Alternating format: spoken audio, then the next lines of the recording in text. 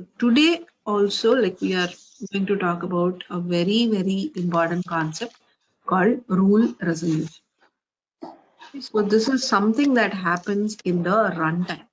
Okay. So far it was all about the design time aspects, but now it is going to be the execution. So we will try to understand how Pega is going to execute the rules, right? Because when you take a huge enterprise application, a lot of rules could be there, a lot of versions could be there, right?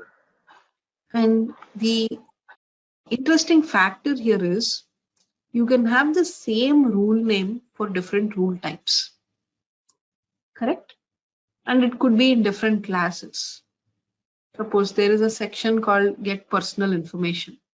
I can have it under the recruitment class, I can have it in the work class, or I can have it in the organization layer, I can have it in the framework layer. So the same section is available in multiple layers of your application, and it could have its own specific version as well. So how is the system identifying which one to pick under which context? It's not just randomly picking anything. No, there's an entire algorithm that runs in the backend.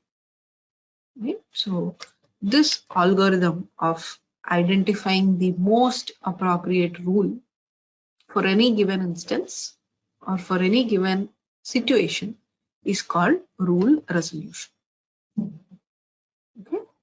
So rule resolution is like a search algorithm to find the appropriate rule for the given context. So this happens each time you execute your application. I mean, each time you run a business transaction, each time you run a case type, this rule resolution algorithm tries to find out the most appropriate rule for the given context. Okay. Now, when I say rule resolution, so going forward, I'll call this RR. Okay. So this RR is for the rules, exclusively for the rules of your application. Okay. So it applies for all the rule instance classes. So any class that is extended from rule dash will be part of this algorithm. Okay, so be it your properties, rule dash obj property, rule dash HTML sections, then your activities, data transforms, decision rules, declarative rules. So everything that's extended from rule dash will come under the process of rule resolution. Okay. What is not included is obviously your work classes, your data classes, something like data dash admin dash address or data dash admin dash operator IDs. So they will not be part of the rule resolution. So anything other than rule dash will not be included in the algorithm. Okay, so my end result is going to be that for a given context, what is the best rule that has to be executed for this given scenario? So that's what my RR is going to give. Okay, I understood the outcome, which is giving a good or a correct rule for the given context. But when I say it as a search algorithm, okay, what are you searching for? Or what is the base for your search? Okay? Because when a person is missing, I need to give you some details about that person so you can find the person for me. Correct? So I'll give you some photograph, I'll give you his details, last seen, I'll give you his other physical appearance related details and all, so you can find him. Similarly here also, there need to be certain inputs for this RR. Okay, so you give the inputs, RR will find the rule and it will give back to you. And what are those inputs? We have a lot of inputs that go into finding the right rule here. So what are those?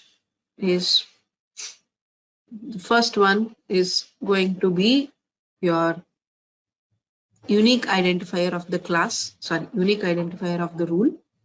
Okay, which obviously it's like the identifier, or the unique identifier, the name of your rule. then the rule type, the rule name, its version, right? And then in case if there's any circumstancing relating to that particular rule, right? Then the availability of the rule, then user's privilege. So considering all these things, we will try to find out, we as in the system is going to find out the most appropriate rule for your given context, for which matches all of your inputs regarding the RR. So now let's go ahead. We'll see what is this algorithm looks like. So this is the process that goes into your RR. So this is a standardized process. So we might need to memorize it initially, but once you start working onto it, you will be able to just get the logic out. Okay. So the first thing that happens is finding the rules in the rules cache. Okay. So Pega gives us different caches for different entities, right? One of which is your rules cache. So this is going to store all the rules related to your application. First, the system goes and checks for the rule in the rules cache. Okay, good. Now, if it finds the rule, okay, if it finds the rule, then it will check whether it is a best match or not. So what is a best match here? I'll talk about it. Okay, it will first check whether it is a best match or not. Okay, agreed. So after checking for a best match, it will check whether the rule is blocked. What is the availability of the rule? Is it available for execution or is it blocked? Let's take the positive scenario. Okay, it's not blocked. Then finally, it checks whether the user has access to it or not. Whether the user has any privilege to access that particular rule or not. If yes, then finally that one rule is picked. Okay, so it starts with finding the rules in the rules cache and then ending up with one rule that is picked. But there are alternate aspects here. What if the rule is not found at all? What if the rule is not available in the rules cache? Then what should we do? So then the system populates the rules cache. So first it will try to populate the cache. Then it will start checking again. Right? So this continues until the best match is found. Okay. Now let's take an example here. Okay. So let us take some. I'm going to take a simple scenario here to understand this better. Okay.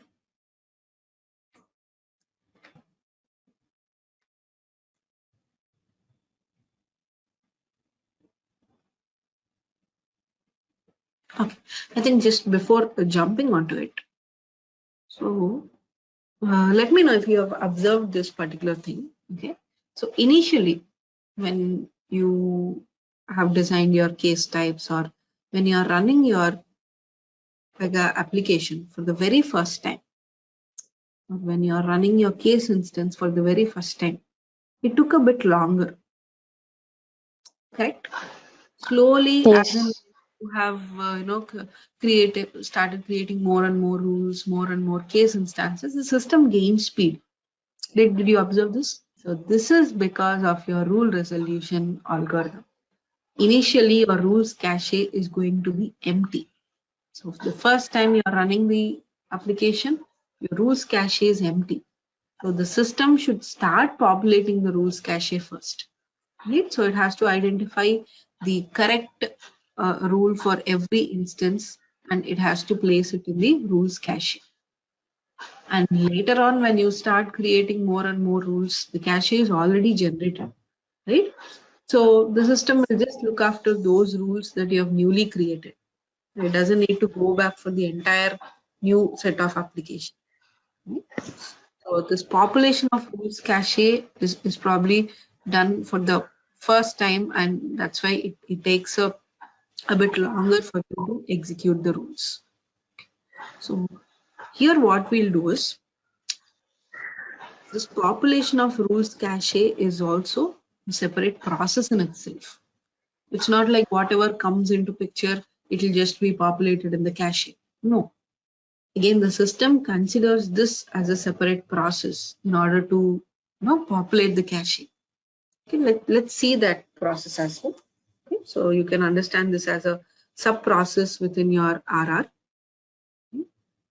So what does it say? It has like 6 different steps involved here.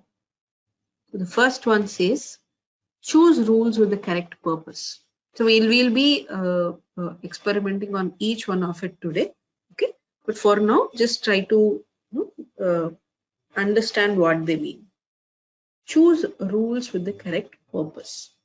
Okay, correct purpose it says, but what purpose? So purpose is going to be the name of your rule, the rule type, the class, the version. So considering all of this, you would like the system would choose the rules with the correct purpose. Okay. Then discarding rules that are not available. So once you get a list of rules here on the first step, now the system slowly starts eliminating the rest. So this is going to be an elimination process. Okay. So suppose you start with 20 rules with the correct purpose. Finally, when you're setting the cache, you might end up with just 4 or 5. Okay. So now the second step is discarding rules that are not available. So I'm going to check the availability of the rules. If they are not available, so please discard them. And then next, filtering the rule sets and versions the user has access to. So again, I have to check whether the user has access to that particular rule set and version or not. Again, few of those would get eliminated here. Then discard rules that are not in the inheritance path. So I should discard rules that are not part of my ancestor tree.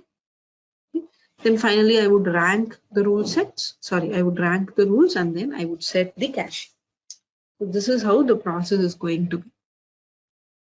But instead of looking at it like this, let's take a simple scenario.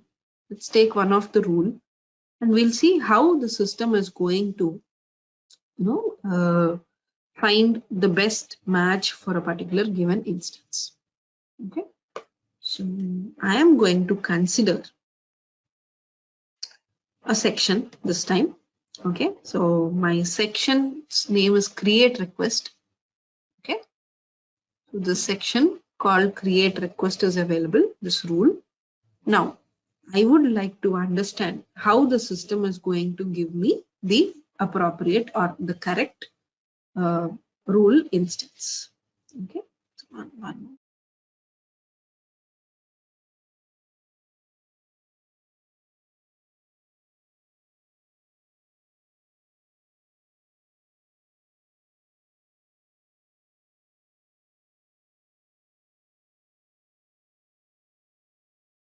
So we are going to consider a section rule called create request, and we'll see how we would end up with a particular outcome for this algorithm.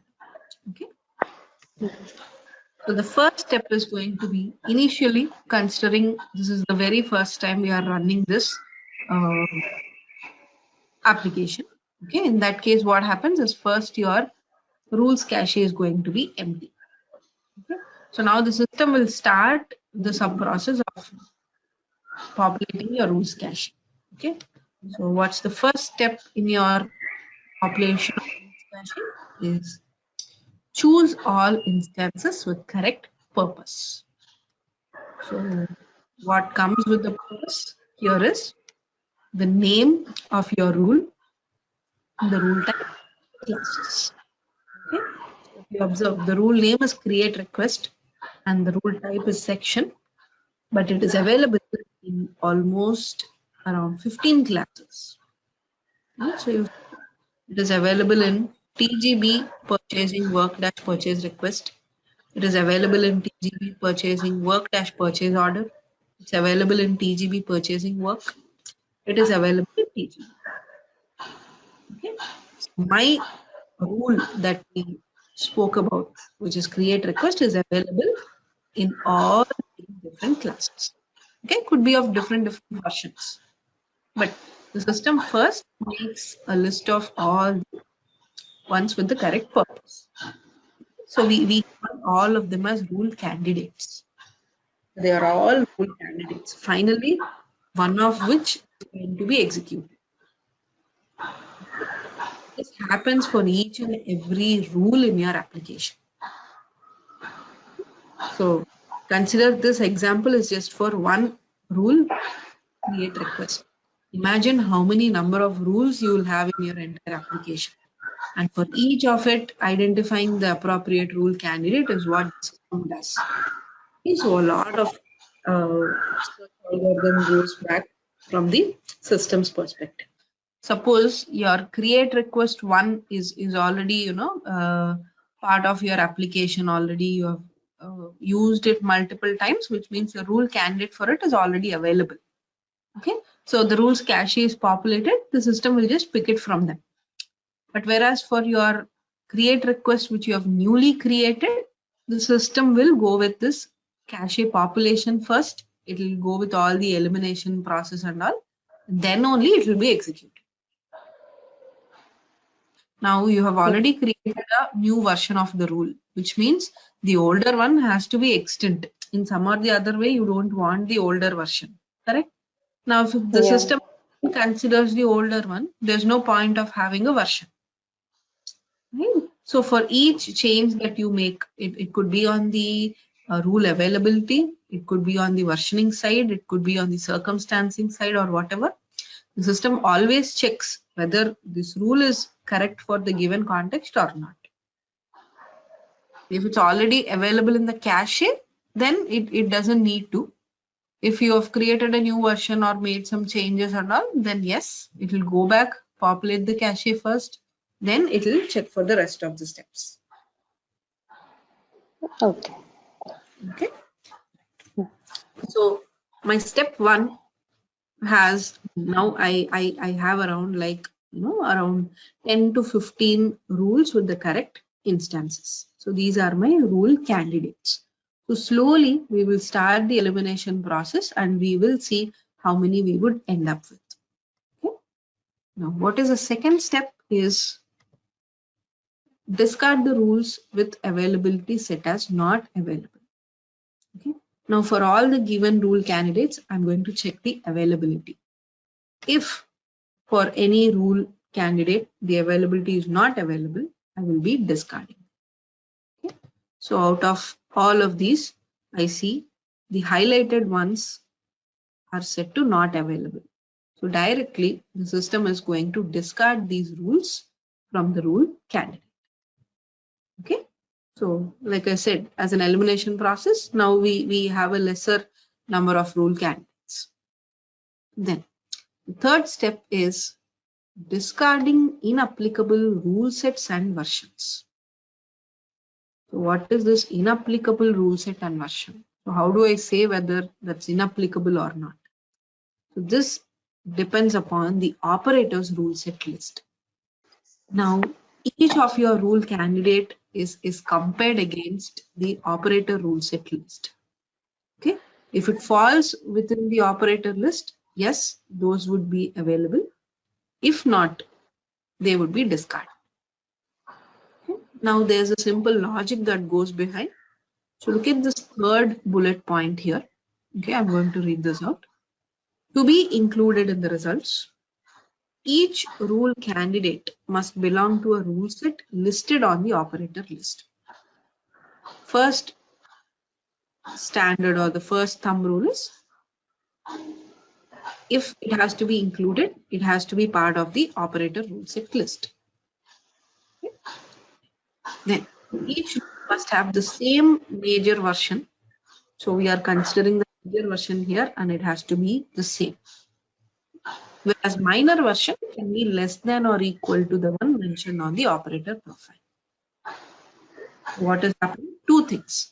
One is it has to be on the operator rule set list. The second one is major version same, whereas minor can be less than or equal to. But how do we deal with this? So let's example.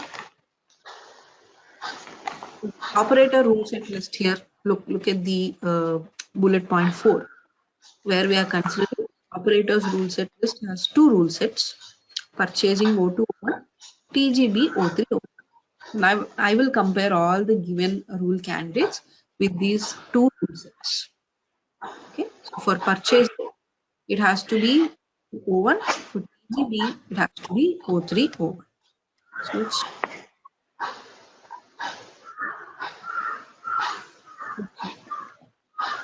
for I see different rule sets available here. Purchasing different versions are there. TGB different versions are there. Quoting and SC are there. Okay. Even though the rule set is same, the major version is different. Okay, so the major version we are going to consider as O2, because for purchasing, I need to look after O2. Okay, so anything other than this major version will be discarded. So all the ones with O1, O1 are discarded. Good. Then what else will be discarded? Major version is same, but minor version is not same. It's not even less also. So yes, this is also discarded. Perfect. Then what about these? Again, the highlighted ones. 3GB, TGB, it has to be O301. Discarded because the major version does not match. So this TGB related ones are also discarded. Okay. And then finally, I have quoting and SAE. I don't need to check the major minor versions and all. Directly, they are not available on the list, so discard. Now, after this step, I will end up with probably 4, 5, 6, 7, 8, probably 9 rule candidates I am left with. Okay, after discarding inapplicable rule sets and versions. So then what happens is, so this time, discard the candidates that are not part of the ancestor tree, which means if your rule candidate is not part of the ancestral hierarchy, you can remove them from the rule candidates. Okay, so here comes your inheritance concept. So the rules that are part of your pattern or direct inheritance will be allowed, whereas the rest of those will be discarded. So how is that going to happen? Is we will look at the class structures here. Okay, so here if you observe, TGB purchasing work purchase request is there. Okay, whereas work dash purchase order is also available. But are these parent and child classes? Purchase request and purchase order. They are sort of siblings, right? But they are not parent and child. So there comes your TGB purchasing work, which is like a parent class. Yes. And then TGB, which is organization layer. So again, it's a parent class. So here, we will try to check whichever is not part of the ancestor tree directly. Those would be discarded. Okay. So we would just look at the, we as in the system is going to look at the inheritance pattern, and whichever is probably the odd one out or not part of the ancestor tree will be discarded. So the highlighted one, the purchase order rule candidate, is going to be discarded. Okay. Right. So this elimination process of, like 2 or 3 steps involved where we have eliminated some rule candidates and all is done. Now, almost the last step is going to be ranking the remaining rule candidates. You would give them a particular order. You will sort those rules because this order is going to be important. Okay. Now, this ranking involves 3 sub-steps. You have to sort it, then again check if any rules are set to withdrawn, remove them, and identify the default rule candidate. So 3 sub-steps are involved. So what happens in the sorting, or what is considered in the sorting is, so the sorting criteria is dependent upon this. First, your class is checked, then the rule set, if at all any circumstancing variables are available. Okay. If yes, is it going to be a template based, or is it going to be date based, or those things are checked, and then your version is checked. Okay. So let's see how the sorting works. So with all those that I'm left with, it is now being sorted. You see, first the current class that you're handling, which is work-purchase request. All the instances are listed out. And you can see the version as well. So they're sorted in the descending order of your version. O2 O1 10 is on the highest priority. Then comes your O2 O1 5, then O2 O1 1. Okay. And then next it checks in the parent class. Okay, and then for each of the class, according to the version and according to any circumstancing qualifiers that we have, those will be listed out like this. Okay, but the top priority is always given to your current classes and the topmost versions. Right, okay, so once it is sorted, what next? The next criteria is going to be removing the rules that are set to withdrawn. Okay. So there's one more rule availability other than available, blocked, not available. It is going to be withdrawn. Okay. So now once it is sorted, we are going to check if any rules are set to withdrawn. If yes, then they will be discarded. Okay. But here there is a trick here. So withdrawn rules are anyways discarded, right? I mean, as per the algorithm, they are anyways discarded. The additional factor here is any other rule candidates having the exact same properties like that withdrawn rule, they will also be discarded. Okay, what comes here is an interesting aspect. So withdrawn rules are anyways discarded. Now the system is going to check if there are any other rule candidates with the same properties as the withdrawn rule. Okay? And if it finds some, then those will also be discarded. So that's why you see here 3 rule candidates are highlighted. The first one is withdrawn. So anyways, it is out of the question. But the system checks, are there any other rules with the same kind of properties? I mean, be it your classes, the the rule set, it will check the version, and so version as in it is going to check the major version first. So it finds that there are 2 other rule candidates with the same kind of properties. So all 3 are discarded. Okay, so we have an advantage with this kind of withdrawn rules. So we'll be talking about that.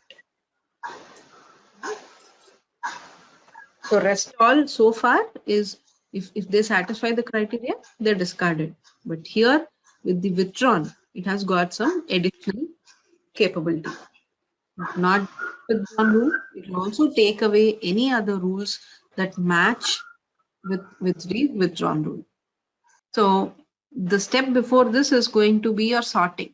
So the top one is going to be your O2, O1, 11 would be available.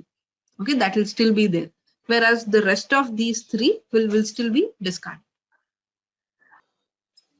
Right? So the top one is available, so that will still be there. But the rest of this withdrawn ones will be discarded. So that's why this sorting is also an important aspect here. So one step is entirely for the sorting process. Yes. So if you don't have a withdrawn rule, suppose now in the stack or in the rule candidates, you don't have any withdrawn rule, then the system is not just, it's not going to discard anything. So earlier your withdrawn rule, whatever you changed, that will be available along with the other rules with the same properties that you have. They will also be involved in the algorithm. So you will have that so-called O2O10, which is now available. Along with that, that O2O15 and O2O11 will also be available. See, one more thing here is when you're, probably when you're moving the versions, which means it might be through your skimming or lock and roll, whatever it is, that time also this rule availability counts. It's not like whatever you move, it is not moved. So few things will be left behind. So all your withdrawn rules when you change the major version will be discarded. Right? So when you're changing the version, so they will definitely be impacted.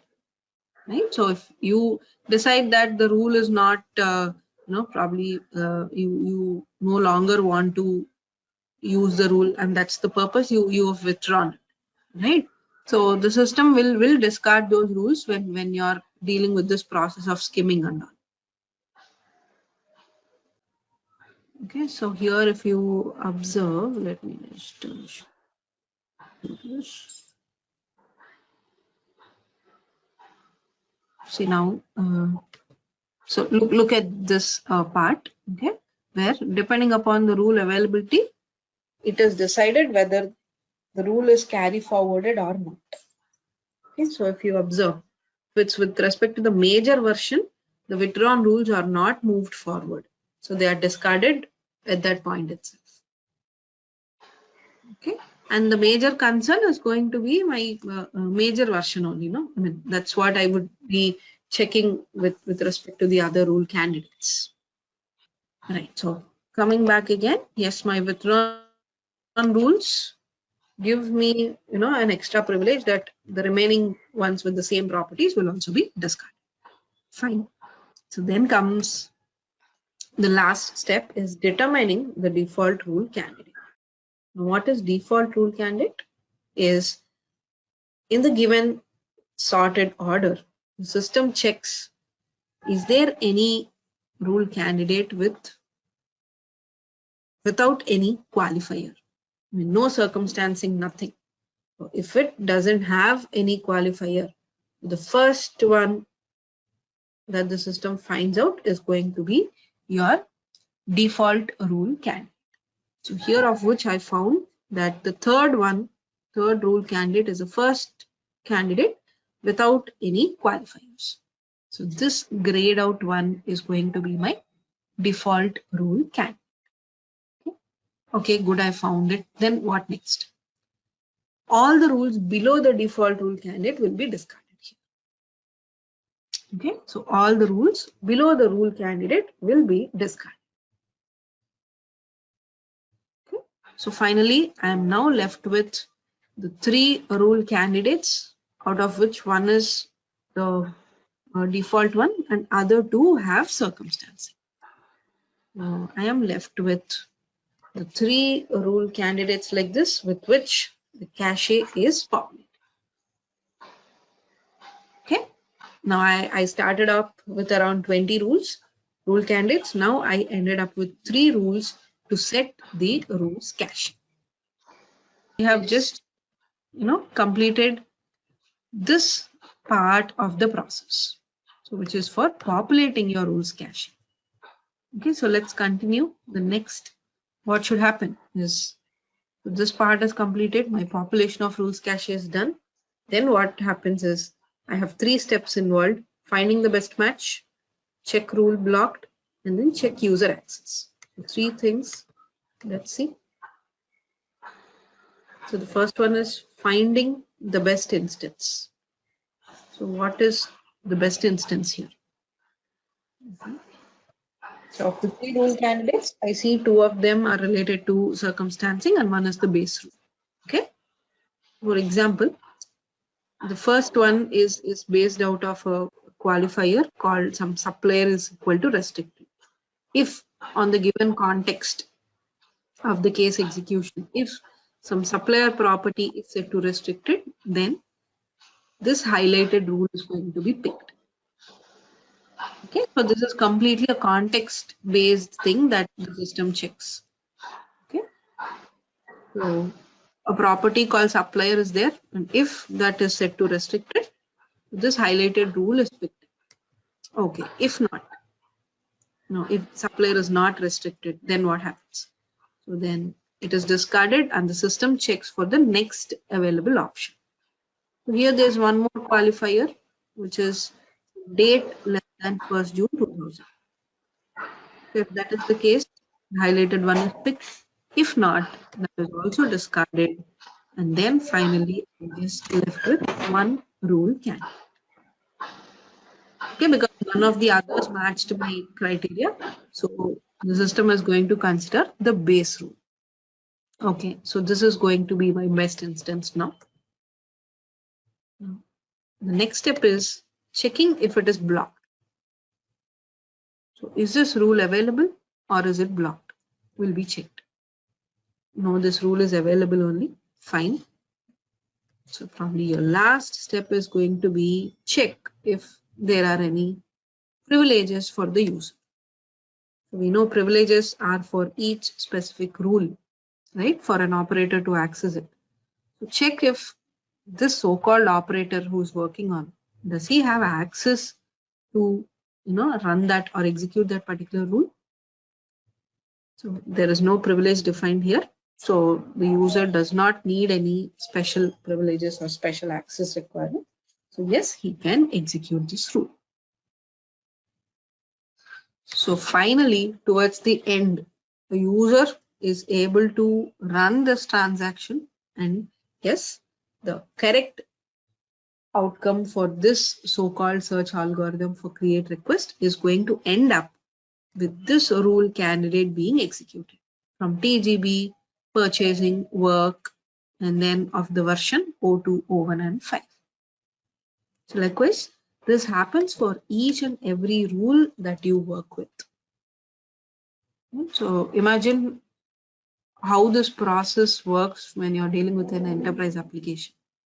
For each rule, the system checks the rule candidates, it goes through the entire process. Whenever you make some changes on the availabilities, whenever you make some changes on the versions or the classes. So each of these inputs, whenever your inputs would change, accordingly your algorithm has to act, right? So my inputs, your qualifiers, and if at all there's any circumstancing, the names, the rule types, and the versions, the rule availabilities. So any change to one of these entities and the rules cache is populated accordingly. New default rule candidate is found out, and accordingly the system takes it forward. All right. So this is how the entire process is going to be. So this is like a standard process. You can just memorize it on your fingertips. Once you start debugging things and all, so this is the process that we check. Right? In a runtime, in the real time, why a particular rule is picked, why not the other, so why not a new version is not picking up, why. So then we have to come back and check these steps. So is it being correctly pointed out on the right class, or does the user has access or not? So we need to check all of these things. So I think that's all about rule resolution. So an important one. Once we go through the steps and all, it is quite easy. Sure then. Thank you. Have a good day.